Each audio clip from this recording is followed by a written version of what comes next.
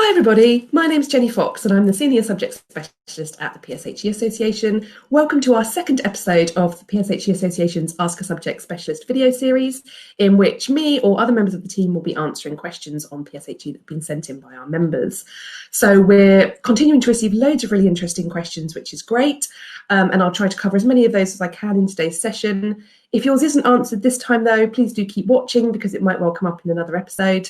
And if you've got any immediate or pressing questions that you'd like us to answer, please do feel free to email us at the info mailbox just listed below there. So info@psheassociation.org.uk, and a subject specialist can get back to you straight away.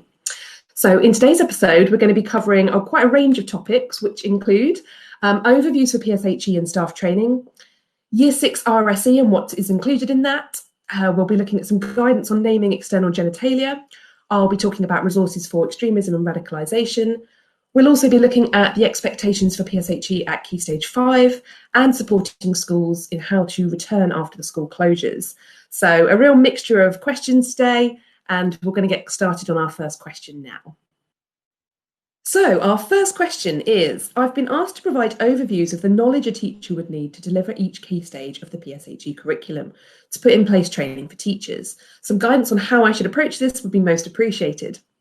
Well, a really interesting question, and great to hear that you're thinking about staff training and supporting staff needs. So let's have a quick look at where I would suggest starting on this.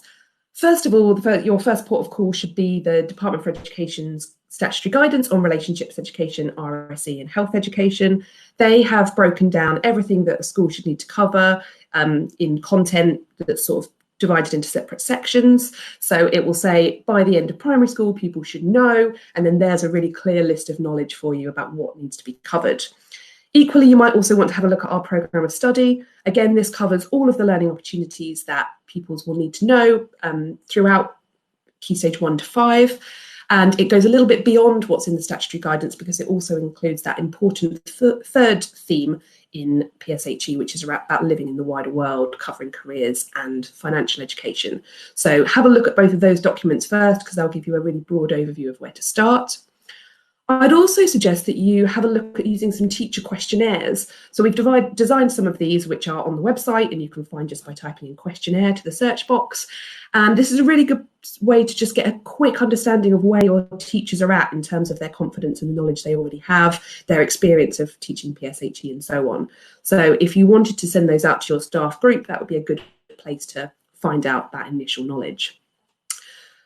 I also just want to show you our programme builders. So they take what's in the programme of study and break it down into year groups and half terms. So this is just one example here, so it's a little bit small, but you might be able to see that in Year 7, for example, it looks at transition and safety, and then developing skills and aspirations. It looks at diversity, health and puberty, building relationships, and financial decision making. So for example, if you had a PSHE teacher who was going to be covering Year 7, PSHE for the year, they could have a really quick look at that overview and see this is the content and knowledge that I need to be clear on before I begin teaching at the start of the year. Equally, that overview is broken down even further into specific learning objectives. So again, you can see an example of a medium-term overview here, which gives you in more specific detail exactly what that unit of work might cover. So I'd suggest that's a really good way of demonstrating to your teachers quite quickly all of the things that they would need to know for each year group. And we've got those for primary phase as well as for secondary. And you can find those quickly using our link here. It's just /PBS for programme builders.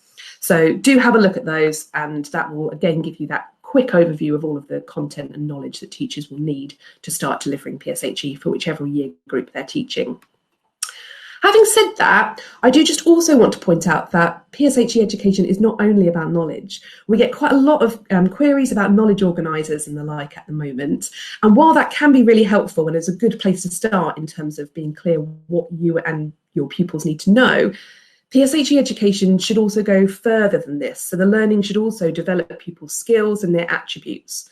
So if you were teaching a unit of work about drugs education, yes, it's important for them to know about the laws about drugs, to be able to recognise what drugs look like and what they're called, to be thinking about some of the physical consequences of taking drugs. But to be able to apply that knowledge in the real world, they also need skills like being able to resist peer pressure, being able to make decisions effectively, risk assessment, potentially exit strategies to remove themselves from a situation that they feel is unsafe. So your teachers don't always have to be fonts of knowledge in every aspect of PSHE, because while they are delivering that knowledge content in the lessons, they're also helping pupils to explore their own attitudes, develop their own skills, and rehearse those in kind of in a safe environment so that they're prepared for doing it in real life. So yes, knowledge is important, but not only that. So I hope that's given you some ideas about the first places to start, beginning with the statutory guidance, then our programme of study, and then looking more closely at programme builders in terms of what each year group will need to cover. Okay. So question 2 is, in year 6, what is compulsory for RSE and what is optional? A really interesting question again. So let's sort of dive into it and have a think about that in a bit more detail, because it needs a little bit of unpacking. So the first thing to say in response to this question is that there is no specific breakdown from the Department for Education about what should be taught in each year group.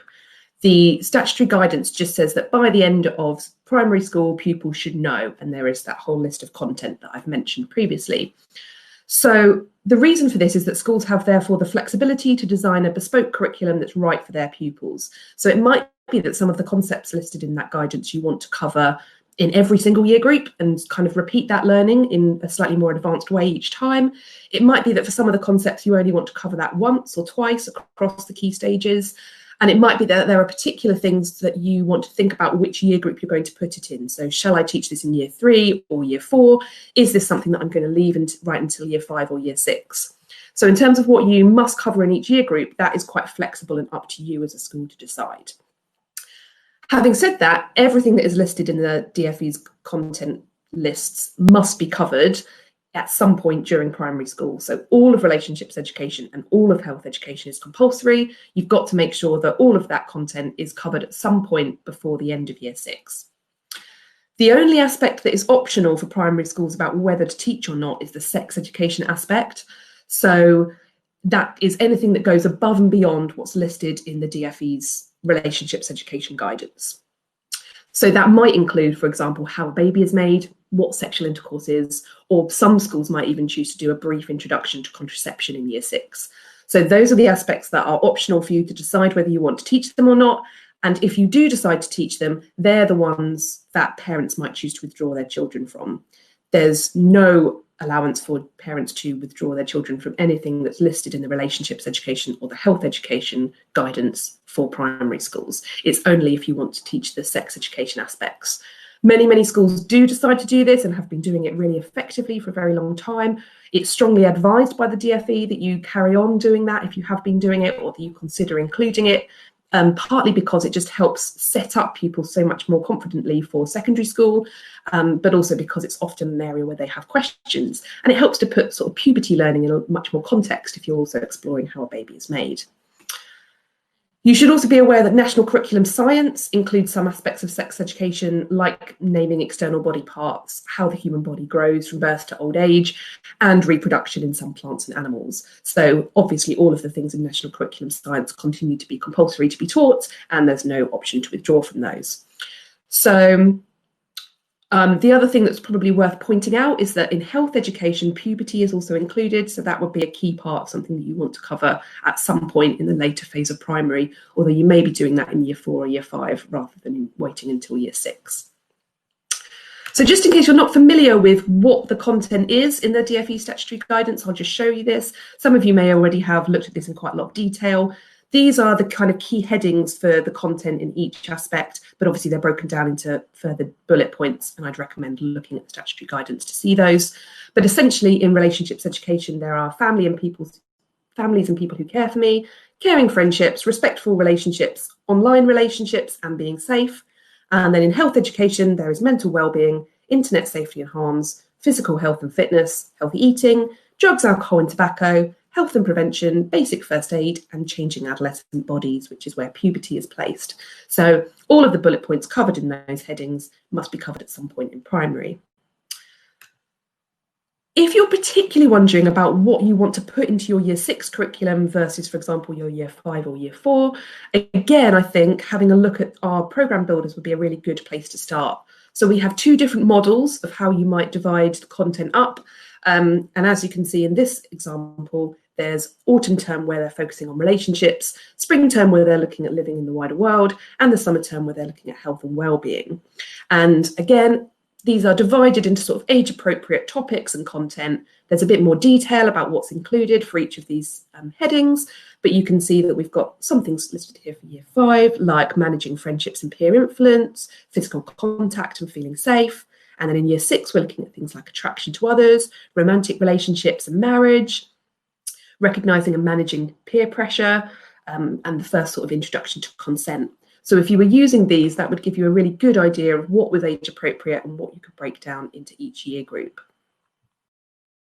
Okay, so question 3 is, I'm preparing the PSHE curriculum for September 2020 and would like advice around teaching the session linked to naming parts of the genitalia. How can staff approach this with confidence? Again, another great question, and one that we've been having quite a lot in training that we were delivering face-to-face in the last few months. So I'm really pleased to hear that you're thinking about staff confidence and preparing for next year. And I think this can feel like a really tricky or maybe an embarrassing or sensitive area for some teachers, especially if they're not used to teaching PSHE. So first and foremost, I'd advise spending some time on staff training. I think that's really important to help build their confidence. And even if this is only in short 10-minute briefings or an after-school inset or whole school meetings, it's really important to cover this topic and then to maybe revisit it before they're about to teach it later on in the year. And I would say that as a staff team in the training, the first thing that you want to do really is clarify in your own minds why you're teaching this topic and why you think it's important. So naming of external genitalia is primarily about safeguarding. And if our children and young people can use the correct terminology for their body parts and they know that these are private, then they're much more likely to be safe from abuse or to be able to ask for help from somebody should they need it. So when your staff team recognise and believe this, they can come at the learning from a place of security and confidence in what they're doing and why they're doing it, which I think will sort of help really ground them in that teaching. So to support this understanding, we would stress the importance of being able to name genitalia and understanding privacy for safeguarding in your RSE policy and in all of your communication with parents, because you want them to be on board and to recognise its importance too. So if everyone is on the same page and know why you're doing it, a lot of the fear and kind of nervousness is already removed. So you also want to make sure that teachers know how to establish a safe learning environment in PSHE education. This is important for all aspects of PSHE, but for example, having ground rules around the discussion and using distancing techniques like characters and puppets and stories help to depersonalize the learning. And then that gives you a range of ways to manage questions safely as well. So for example, including an anonymous question box can help pupils to ask questions and teachers to look at them at a time when they're able to during the lesson or after the lesson, and then go back and answer those questions with confidence. So those basics of good PSHE practice are valuable in all lessons, but they'll be particularly supportive for topics where pupils or teachers are maybe feeling a bit more sensitive or a bit more nervous about covering them. And if you want some advice or guidance on how to approach this topic, I'd strongly recommend using some of our quality assured lesson plans that you can trust. They're high quality and designed to be safe and effective. So if your teachers are using those, that gives them the kind of confidence to know that they're delivering it in the best way possible. So on this next slide, I just wanted to show you a few kind of useful tips and tricks for talking about external genitalia, which might be a good way in for some of your staff. So firstly, I would say start quite young in naming external genitalia, along with other parts of labelling the body, so that there's kind of the mystery is sort of removed around them. One of the ways that you might choose to do this is using anatomically correct dolls. So they can be kind of in nappies, first of all, and then showing the differences and similarities between body types of males and females. I know that some schools also do this using kind of animal toys as well, and comparing human bodies to animal bodies and noticing the differences between genders. As just mentioned, we've got quality assured lesson plans around this. So I don't know if you can see that clearly, but lesson 3 of the Medway scheme of work around relationships and sex education is called Everybody's Body, and it has really clear teacher guidance in there and also a structured lesson plan and resources that you can use to start naming genitalia in a safe and effective way.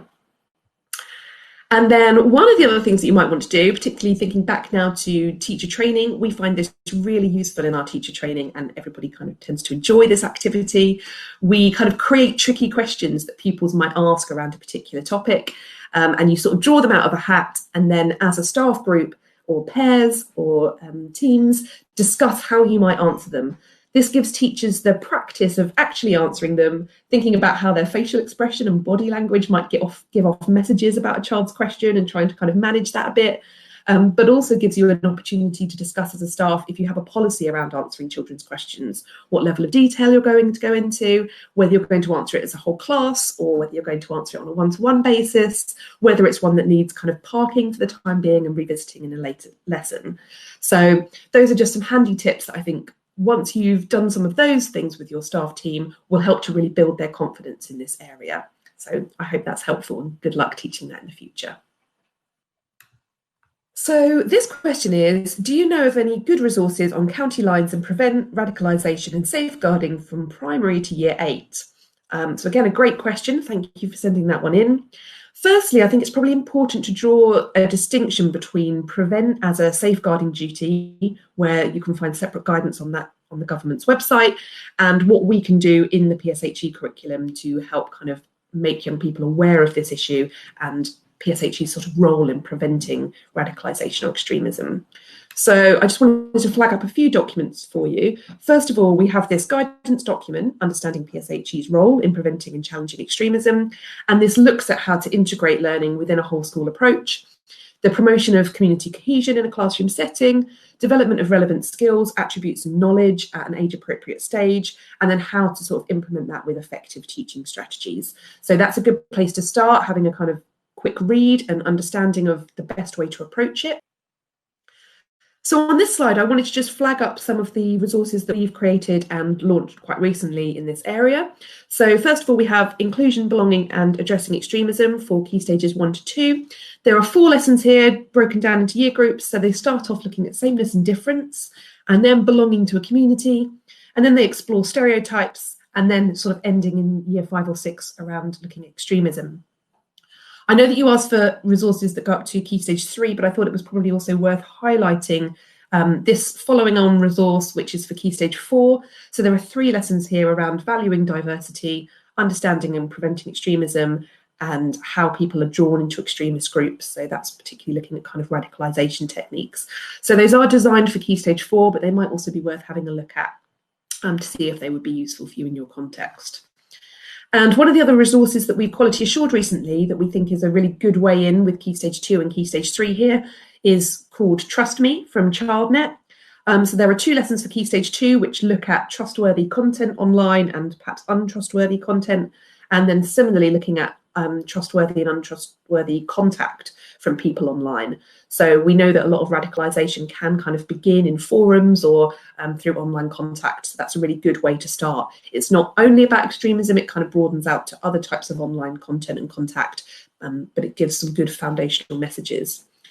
Similarly, there's a package for Key Stage 3 lessons, so looking at similar themes or content. There's also a lesson on propaganda for Key Stage 3, and again, contact. So they are really nicely developmental. You can use both the Key Stage 2 and the Key Stage 3 lessons to help gradually build young people's understanding of how this type of extremism or radicalisation might begin. So they'd be the first ones I'd recommend to have a look at.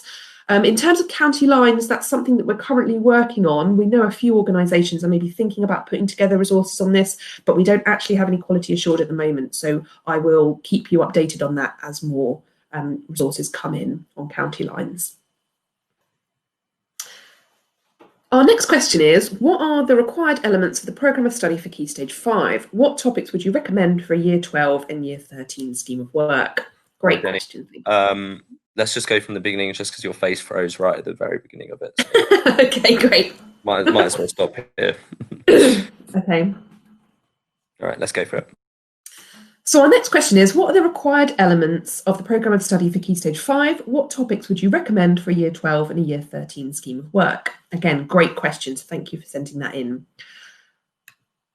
Firstly, to say there aren't really any statutory requirements for Key Stage 5. The Department for Education's guidance says that it applies to schools with sixth form, but the content that's outlined, it says, should be covered by the end of secondary education. So leaving any of the statutory guidance to only be covered in Key Stage 5 would therefore mean that some of the students would miss out on that learning. So we wouldn't recommend that. You want to try and cover everything that's statutory by the end of Key Stage 4. However, we do strongly recommend that schools, wherever possible, continue delivering PSHE education in Key Stage 5. This is a time when students most likely to need that learning that PSHE is building towards. They're gradually becoming independent adults. So the issues, they're not just kind of debating and theorising like they were in Key Stage 3 and 4, but they're suddenly becoming kind of very real to young people's lived experience. As you know, Key Stage 5 is a time of real transition. They're developing their independence and their self-discovery and change.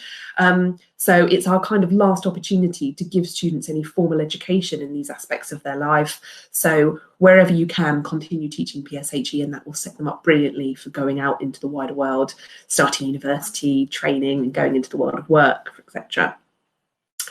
To be completely honest with you, it gets a bit harder for us to give advice about what specific things your cohort of students will need as you tailor your curriculum at Key Stage 5. It becomes more and more specific to what they're experiencing. So it can be quite hard for us to say this is definitely something that you should cover and perhaps things that you don't have to cover.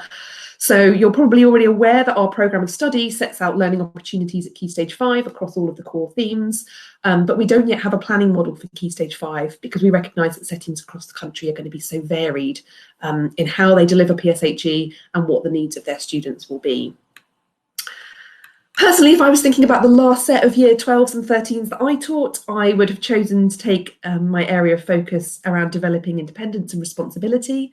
So whether, for example, that was about their physical, mental and sexual health by teaching them things like how to register for a doctor or attend a medical appointment by themselves or access sexual health services. I'd also be thinking about helping them to prepare for the next big transitions in their lives, like how to move out of home successfully or going on to university and starting their career. And reinforcing some of those key messages about relationships, I think, is also really important in Key Stage 5. So those things that they've covered previously about consent and personal safety become ever more relevant, perhaps because they're going out on dates for the first time with people that are quite new to them. And so those areas may not particularly ring true for your students, but particularly for mine, they were the kind of things that I felt they needed the most at Key Stage 5 and in sort of Year 12 and 13. So you know more about them and their lives and the issues that they're struggling with, so you would probably be best placed to choose which ones are particularly relevant for your cohort. My advice, therefore, would probably be to decide what you're going to teach by asking them, essentially, doing some strong baseline assessments at the beginning of Year 12 to find out what they've covered in Key Stage 4. It's likely that they might be coming from a wide range of different schools, so it's a good place to kind of capture what they're all coming with and where there might be some gaps in their understanding. I'd consider setting up a student focus group or doing some other types of student voice activities. They are probably most likely to be able to tell you what they want, where they feel there were gaps, things they would really like to know during Key Stage 5 around PSHE. It might also be helpful to look at some national and local data sources which outline key health priorities. So, for example, Public Health England have a fingertips tool that can tell you about issues about things like levels of obesity or rates of sexually transmitted diseases or teenage pregnancies in your area.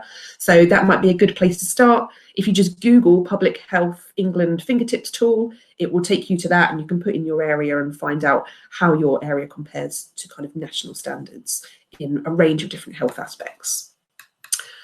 And lastly, I probably would consider looking back at the statutory guidance for inspiration. Although it's not statutory to teach RSE and health at Key Stage 5, with the best will in the world, lots of Key Stage 3 and 4 teachers will know that they're really pushed for time to cover some of this content before the end of Year 11. And they may feel that there are some areas that they weren't able to do justice. So it's probably worth having a look and thinking, are there areas here that might have been quickly touched on in secondary school that we could put a bit more depth into here? Perhaps there might be some areas where schools felt students weren't mature enough to go into great detail around some of the aspects covered in the statutory guidance. So there's an opportunity to explore those in greater depth at Key Stage 5. So they would be my kind of top tips on how to decide what's most relevant for your students at Key Stage 5. And our final question is, when schools are back, what advice or resources would you give to school teams about how to teach or discuss children's experience of COVID-19? This is a really tricky one, and can I first of all commend all of you on what a fantastic job you're doing working with your pupils remotely at the moment. Schools have had to make radical and immediate changes to their working relationships and patterns, and as a team, we've just been blown away here at the association by all the examples of really wonderful practice that we've been hearing and seeing from our members. I can't imagine how challenging managing the current lockdown situation must be, both logistically and emotionally. So well done to all the teachers out there who are working through this at the moment. At the time of filming, we don't necessarily know when schools are going to be back to full functioning at the moment. I know that many of you are already kind of looking ahead and thinking about what schools can put in place to support pupils when they begin returning to school, and so are we. That's definitely something that as a staff team we're discussing on a regular basis at the moment. So we're currently in the process of developing a back to school pack, which will provide some guidance and support for schools as and when they're able to return. We hope this will provide advice and practical strategies for managing many of the worries that are going to come out of this crisis. So I just wanted to share with you a few headlines of what this pack is going to include that might help your staff team to start thinking about ways to prepare. So supporting pupils to return to school needs to be a whole school approach. It can't just be led by the PSHE department, and it shouldn't all be on PSHE leads' heads. There needs to be a balance between what can be appropriately and safely covered within PSHE lessons alongside a pastoral approach, which focuses on interventions and helping everyone to feel included as they return to school. So one thing to bear in mind is that the school is likely to see a peak in children disclosing concerns and increased pressure on the safeguarding and child protection teams, especially in response to those young people who've probably found it quite distressing to be at home with their families for such an extended period of time. So one thing I'd recommend thinking about is ways to manage this effectively, and being able to respond to those disclosures kind of quickly and efficiently will be quite key. You may have already been busily designing your PSHE curriculum for next year. We can tell that from some of the other queries that have come in that we've discussed today. But to some extent, this might need to be quite adaptive to the needs of pupils and to fill gaps in young people's knowledge. So in particular, I'm thinking that lots of young people who haven't had very much transition work, so maybe less well equipped to start a new phase of education, like year sevens who are just entering secondary school for the first time and maybe haven't had that sense of closure around their primary school. You may also find that you need to do more transition work with all of your year groups in PSHE than you might otherwise have planned for, just to help them to kind of re-establish their routines and to get back into the habit of learning in school. Equally, some primary school pupils, even in year 5 or year 4, might have missed out on some essential learning about the onset of puberty. And that's something that can't wait for another year. We know that often primary schools tend to put this at the end of the term, but actually it might be something that you want to bring much earlier in the year so that you can cover it much more quickly, say in the autumn term, to make sure that they are fully prepared for the onset of puberty before it happens to them. And that might be quite different from what you'd originally planned for.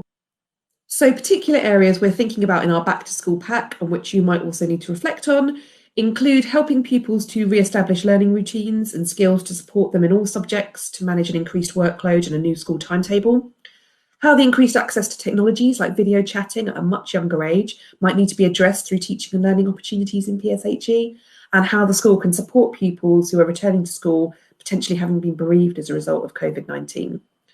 So no one of these issues are easy, and we're working on how to support you best to manage these.